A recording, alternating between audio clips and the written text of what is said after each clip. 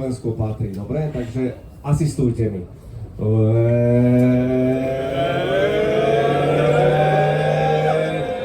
Privítajme Valtteriho Bottasa!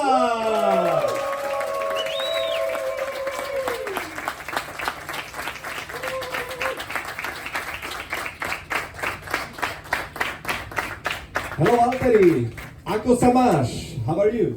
Thank you. Good to be here, and thanks for the very cool welcome. Máme koniec sezóny, 22 veľkých cien, bolo to poriadne únavné. Ako dovolenka?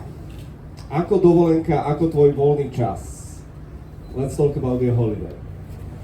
Okay, Valtteri, so it's end of the season after 22 races, so what about your holiday, and maybe what do you plan for the holiday, and how long it takes your holiday? Actually, it starts tomorrow. It's my official first day off this year after the season, and I'm flying to Finland, see my family, and next week already planning to go to Australia for like 5 weeks. Takže dovolenka štartuje zajtra, pôjdem do Fínska za svojou rodinou a nasledujúci pondelok cestujem do Austrálie, kde bude dovolenka teda oficiálne odštartovaná a potom bude pokračovať. Poďme na sezónu 2022, pretože Alfa Romeo F1 tým Orlen urobil skvelý pokrok. Napokon je to 6. miesto v pohári konštruktérov, veľká dráma na záver. Oslávili ste to poriadne? So about the season, you finished with Alfa Romeo P6 after a huge drama in the end of the year. So did you celebrate this success? Of course, we always need to celebrate good moments and success. It is important. And actually, in fact, we had a team Christmas evening party yesterday in Zurich, so it was really nice to get everyone together and celebrate everybody's hard work. Tak včera ako tým sme mali taký vianočný večerok v Zurichu, kde sme ako jeden tým spoločne oslavili tento úspešný rok. Je to potrebné ako jeden tým to spoločne oslaviť. Alfa Romeo bol pre teba nový tým, bola to celkom veľká zmena. Ako si sa udomácnil, aké to bolo pracovať s nováčikom, mladým tímovým kolegom Guanyu Zhouom? So Alfa Romeo was your new team, so how it was to adapt there and how it was to cooperate with Zhou, who was a rookie this season? To adapt to the team actually was easy because the team was really welcoming, and I could immediately see and feel the potential of the team, and overall I really enjoyed the season. Of course the season was a bit up and down, but that's life, that's Formula One, and I think it has made us more united. So considering the last couple of years, it's been really positive year, and it gives me a lot of hope for the future. And with my teammate, his first season in Formula One, I think it was impressive. He really didn't do any mistakes. He progressively learned, and I enjoyed being part of trying to guide him. Takže rok to bol to taký rok zostupov aj pádov, ale tak to niekedy funguje v živote a takisto aj v športe. Celkovo to bol rok úspešný, ktorý som si naozaj užil, a z pohľadu Zhoua, ako môjho tímového kolegu, myslím si, že to bol pre neho veľmi dobrý rok, a ako nováčik to zvládol vynikajúco a celkovo naša spolupráca bola na výbornej úrovni. Ja myslím, že všetci máme pred očami tú strašidelnú nehodu Zhoua v Silverstone, a preto mi nedá nespýtať sa Valtteriho, ako to máte so strachom? Bojíte sa vôbec v monoposte? So we still see the scary crash of Zhou in Silverstone. So my question is about you and fear in a car. So do you have fear sometimes in a car? If I would have fear in the car, I would stay at home. I think it's something you can't have as a driver, because you need to, with a racing car, you need to push the laws of physics, not your limits. So no fear. I don't like snakes. Takže pokiaľ by som mal strach, tak by som zostal doma. V aute je to o tom, že musíte kvázi popierať zákony fyziky a nie svoje vlastné, čiže nebojím sa, a len doplním teda, že ak sa niečoho bojím, tak sú to hady. Po Abu Dhabi to bola v poradí jubilejná dvojstá veľká cena pre Valtteriho. Zostaňme pri tejto sezóne, na ktoré preteky spomína najradšej? So about this season, which race was your best in this season? Which do you like the most? For me, I think what was really good race from as a team in whole. Was the first race of the year. Was impressive to be both cars in the points. But for me personally, the race in Imola, securing 5th place, and that in the end actually gave us the 6th place in the constructors with equal points with Aston Martin. That was the highlight, but I'm sure the highlights are ahead of us. Začalo sa to už v Bahrajne, ktorá bola teda úplne úvodná veľká cena, ktorá bola vynikajúca predtým, kde sme vlastne obaja skončili na bodoch, takže to bolo taký prvý bod. Ale môj osobný highlight bol v Imole, kde som skončil 5., čo nám napokon zaistilo 6. miesto v bitke s Aston Martin. Takže, ale verím, že nás čakajú ešte ďalšie vysoké umiestnenia a ďalšie ešte krajšie okamihy, ako boli tieto. Táto sezóna bola vlastne veľkou inováciou, najväčšia zmena pravidel po 40 rokoch. Ako sa jazdí s novými monopostami, s ground efektom? Je to lepší pocit pre pilotov? So how do you like new cars? There was a biggest change in regulations in the last 40 years. There is a ground effect with cars again. So how it is for the driver and how do you like these new cars? I like them because the racing is a bit closer, and I think with all the new regulations now staying for some years, we will see the whole grid getting closer together. Also the introduction of budget cap and these kind of things is gonna help in the future to help any team to hopefully fight for the win in the future. But I enjoy it. Som spokojný s tým, aké sú nové autá, aké sú nové pravidlá, najmä kvôli tomu, že pretekanie je lepšie a je tesnejšie. A verím tomu, že celý štartový rošt bude ešte bližšie v najbližších rokoch. Plus chválim rozpočtový strop, ktorý dáva aj menším tímom šancu sa pobiť, takže celkovo som spokojný s tým, ako sa to vyvinulo z pohľadu pravidel. Valtteri má na svojom konte 200 veľkých cien, 10 víťazstiev, 20 krát stál na pole position, stále má iba 33 rokov a chcem sa spýtať na dlhovekosť, lebo máme pilotov, ktorí jazdia už po 40-ke, tak aký je možno Valtteriho limit? So you have 200 starts and 10 wins, you are still 33 years old and we see drivers who are staying longer time, who are in longer age. So how do you see this and maybe what's your target?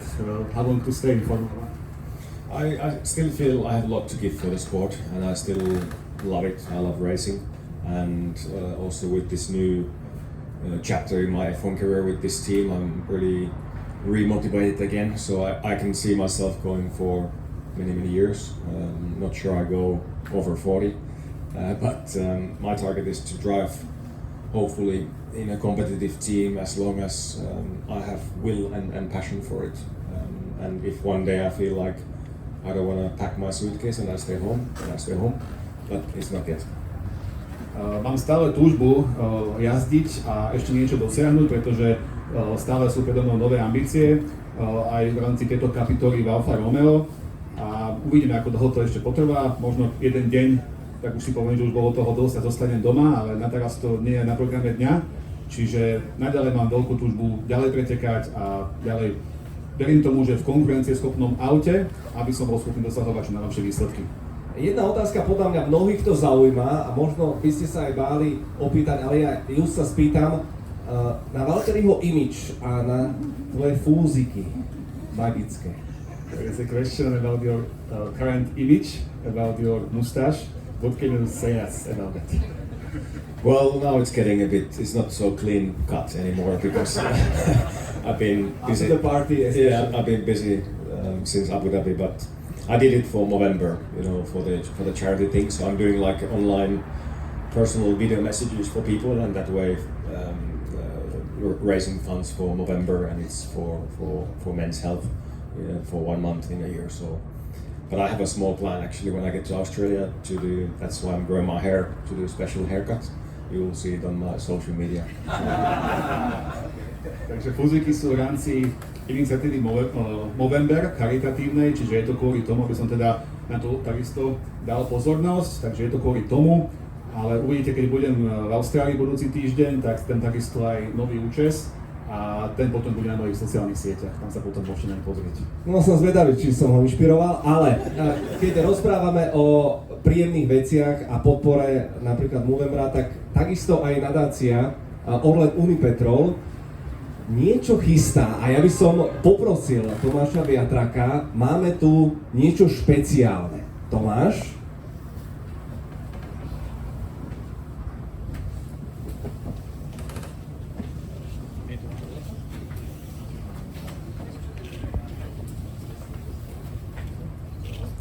Tak je to špeciálna závodná kombinéza Valtteriho Bottasa, dokonca aj podpísaná, áno. Yeah, I wanted to give you this gift. It's a race-worn race suit this year with the points finish. So I would like to dedicate this to you.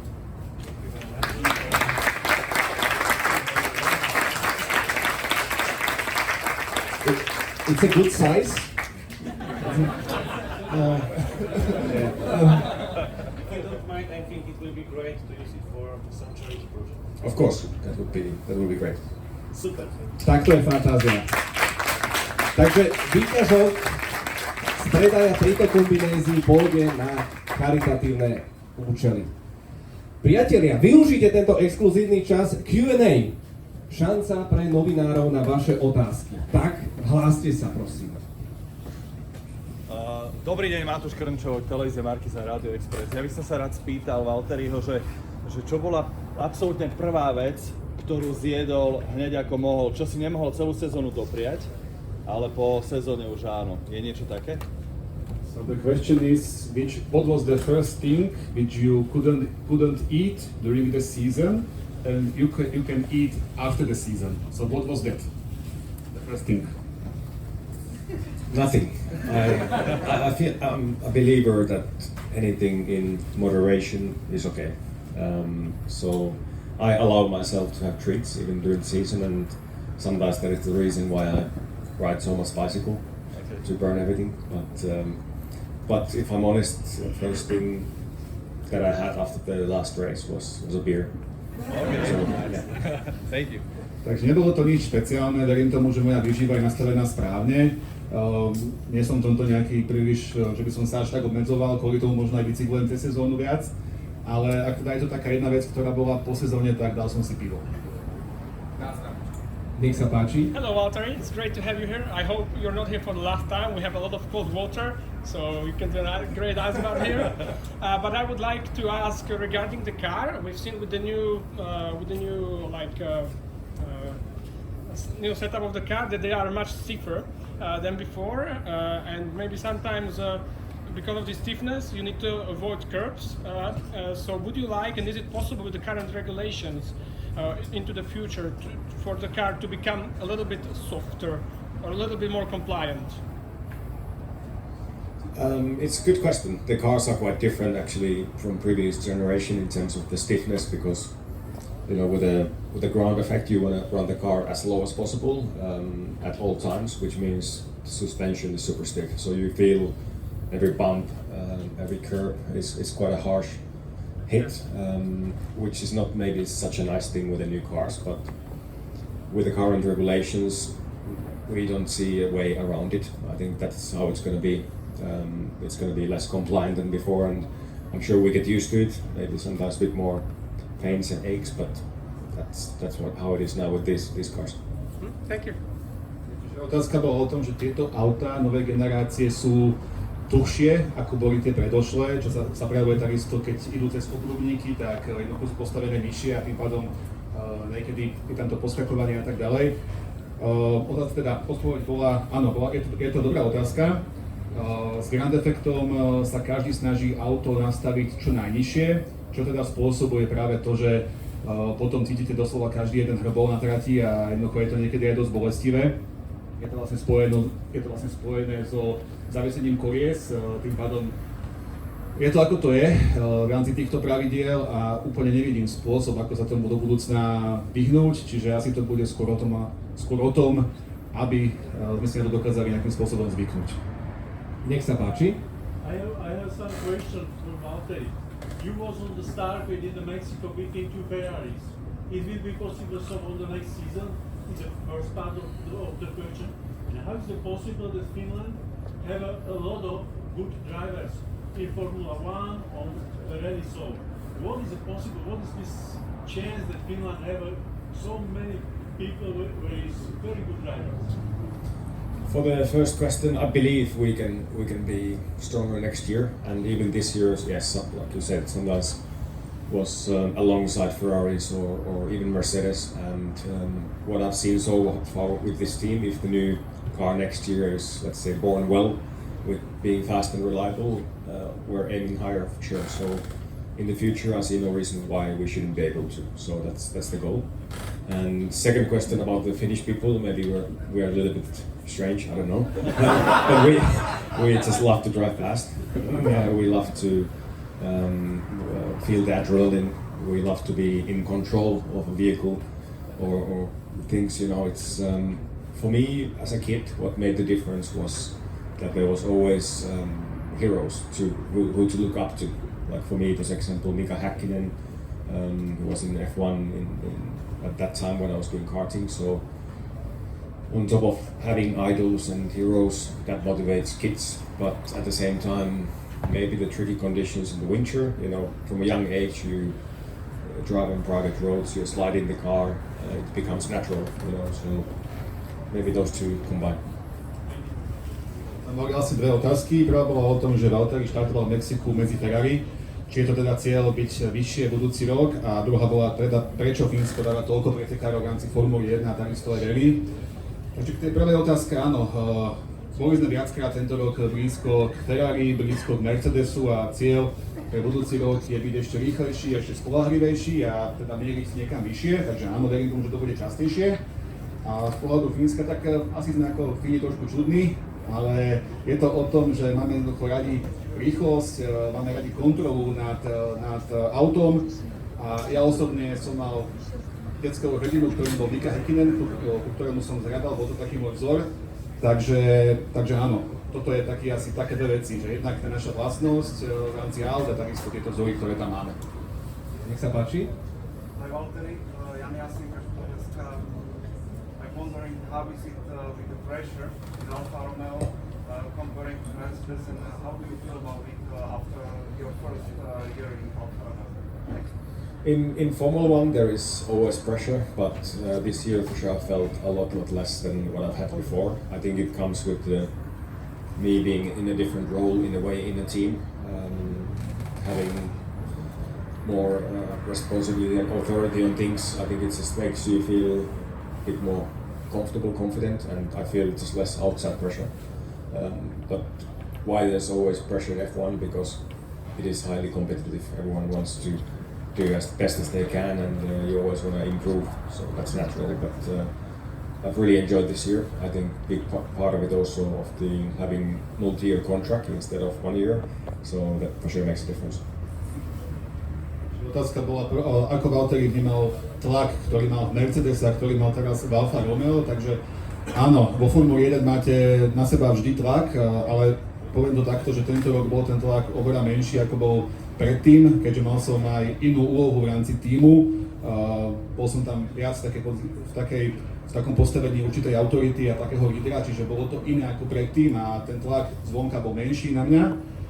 Ale ten tlak je tam vždy, lebo to prostredie je tam veľmi konkurencieschopné a každý chce jednoducho zvíťaziť, ale bolo to iné v tom tento rok, ktorý som si naozaj užil. Mal som kontrakt na viac rokov, kým vlastne predtým som mal v Mercedese kontrakt na 1 rok, takže kvôli tomu to bolo lepšie.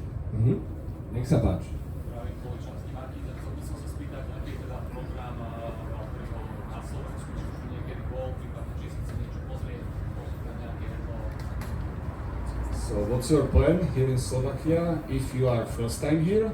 Or if you want to see something special, or do you want to try some special food? So what's your plan for it? I would love to explore much more, but with my schedule, I choose to actually fly today already to Finland because I want to see my family and friends. But my girlfriend is out in the town, so she will tell me all about it. But at least we've been driving in a few different places. I've seen the city and look really nice. But hopefully one day I have more time and to see and explore and get to know people, and yeah, that would be nice. But it is my first time. Som na Slovensku prvýkrát a už teda dnes letím do Fínska za rodinou, takže snáď na budúce toho uvidíme viac. Ale priateľka išla do mesta, takže verím, že mi povie, čo tam videla zaujímavé. Budeme sledovať storky aj Tiffany. Máme ešte otázočky nejaké? Nech sa páči. Mám priateľku, ktorá je profesionálna cyklistka. Samotný Valtteri trávi posledné roky častejšie na bicykli. Kde sa cíti komfortnejšie, že či na bicykli, alebo po Formule 1? A druhá otázka, keď hovorím o tej cyklistike, či pozná Petra Sagana. So Your girlfriend, she is a profi cycling, so you are cycling more last year. So what do you like the more, cycling or the car? And about the cycling, if do you know Peter Sagan, so like cycling man? I love the cycling. Obviously, I have motivation to try and keep up with my girlfriend, but it's obviously great training. Keeps me fit, and especially when I travel, if I have my bike, it's a great way to explore and see places. Bicycle has taken me to so many new places that I never knew existed. So that's cool. For me, it's also a way of kind of clearing my head or releasing stress sometimes. It's just get out on the bike. So that's why I like it. And I still, if I have to choose, I still choose a car because sometimes it's nice to have the engine, especially if you're feeling tired. And I've actually met Peter Sagan once because he lives also in Monaco, I believe. But yeah, met him there, and yeah, he seems like a fun guy. Takže áno, stále viac bicyklujem, keďže mi to pomáha takisto aj v rámci nejakého čistenia mysle a relaxu, ale ak si mám teda vybrať, tak stále si vyberiem auto, lebo auto má motor, ktorý vám pomôže, na rozdiel od bicyklu. Takže stále je to nad tým a z pohľadu Petra Sagana áno, raz sme sa spolu stretli, Peter takisto býva v Monaku, takže áno, je to funny guy, takže áno. vyzerá, že je vtipný chalan. Nech sa páči, ešte ďalšia otázka. Ja by som sa rád opýtal Valtteriho, že aké bolo náročné sa adaptovať na tým, do ktorého išiel, teda takého do stredu kola, pričom bol v týme, ktorý bojoval pravidelne o víťazstva a pódia. A aký to bolo teda náročné a ako to vplyvalo možno aj na motiváciu a celkovo ako to vnímal. A ešte potom druhá otázka na jeho sezóny úspešné Mercedese, kde teda dosiahol 10 víťazstiev a skoro 60 pódium, ale čo mu možno chýbalo, aby ešte dosiahol, možno aby sa viac zapojil do toho súboja o titul, možno by viac konkuroval Lewisovi, niečo podobné možno aj Nico Rosberg. So two questions. First, how it was you to adapt in a new team, because after the time in Mercedes you came to the, let's say, midfield team, so how it was, and the question about the Mercedes time, you got 10 wins, 60 podiums, but maybe what was missing to be in even closer fight for the title from your all higher positions? For sure, joining from Mercedes to this team, I accepted that it is a project and a challenge to get further up on the grid. This I completely had to. It meant I had to reset my goals as well, but I had time to do it, and I take it as a project. And the satisfaction and the rewarding feeling now comes from different things than wins. But that is something that we're working for, and that's the motivation, is to try and get better and try and motivate everybody, and hopefully one day fight for the win with this team. That would be the dream. So it's been okay. And in the Mercedes years, I tried everything I could. I have no regrets on anything. For sure, they were so far in my career the best chances to win the title, but it wasn't meant to be. I wasn't able on the whole season to match my teammate Lewis when he was on top of his game. But sometimes, at least on my good days, I could beat anybody. That's nice to know. But I couldn't do it consistently enough, and sometimes also I managed to somehow get myself towards the end of the year to kind of a support role, which for sure didn't help the things, but that's life. I try. Čiže áno, bola to samozrejme zmena, ale beriem to ako výzvu, aby som opäť raz mohol vyťaziť, a je to cieľ na všetkých ísť ešte vyššie, takže bral som to ako výzvu. A z pohľadu Mercedesu skúsil som všetko, čo som mohol, kvôli tomu nemám žiadne výčitky. Jednoducho Lewis bol na vrchole svojej formy a nebolo úplne ľahké s ním stále byť v jednom tempe, ale boli moje dni, keď som dokázal zdolať úplne kohokoľvek, na ktoré som hrdý. A áno, niekedy to bolo tak, že po koncu roka už som bol v také viac podpornej úlohe, čo takisto veciam nepomohlo, ale skúsil som všetko, čo sa dalo. A poďme na úplne poslednú otázku, moja obľúbená. What's your dream, Valtteri?